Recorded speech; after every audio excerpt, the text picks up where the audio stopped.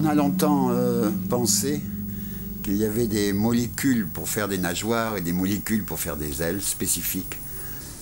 Oui, moi quand j'ai commencé la biologie, c'était plus que ça. On pensait que les molécules d'une vache et les molécules d'une chèvre n'étaient pas les mêmes.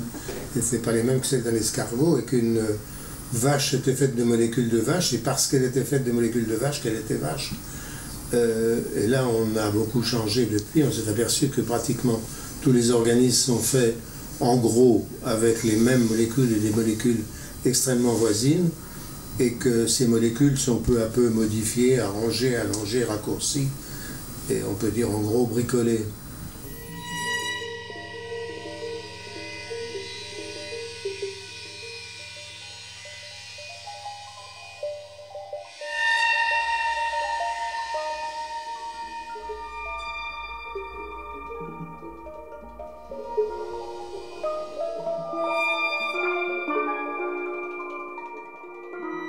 Les premiers animaux sont des animaux aquatiques, et il va y avoir une sortie de l'eau, comme on va le dire, et certains animaux vont devenir terrestres. En réalité, les premiers animaux terrestres vont être des arthropodes, ça va être des insectes, et les vertébrés vont sortir de l'eau au cours du primaire et après conquérir le milieu terrestre.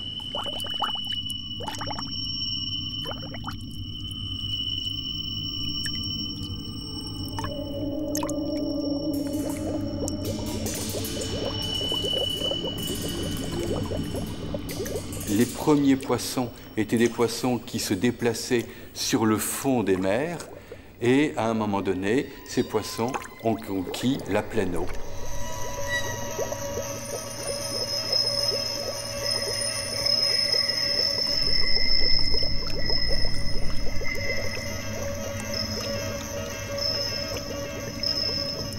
Les poissons que l'on connaît bien, comme que ce soit des maquereaux, des thons, ce sont des poissons qui sont évolutivement relativement récents et qui ont conquis cette troisième dimension, cette pleine eau, fin du secondaire, début du tertiaire.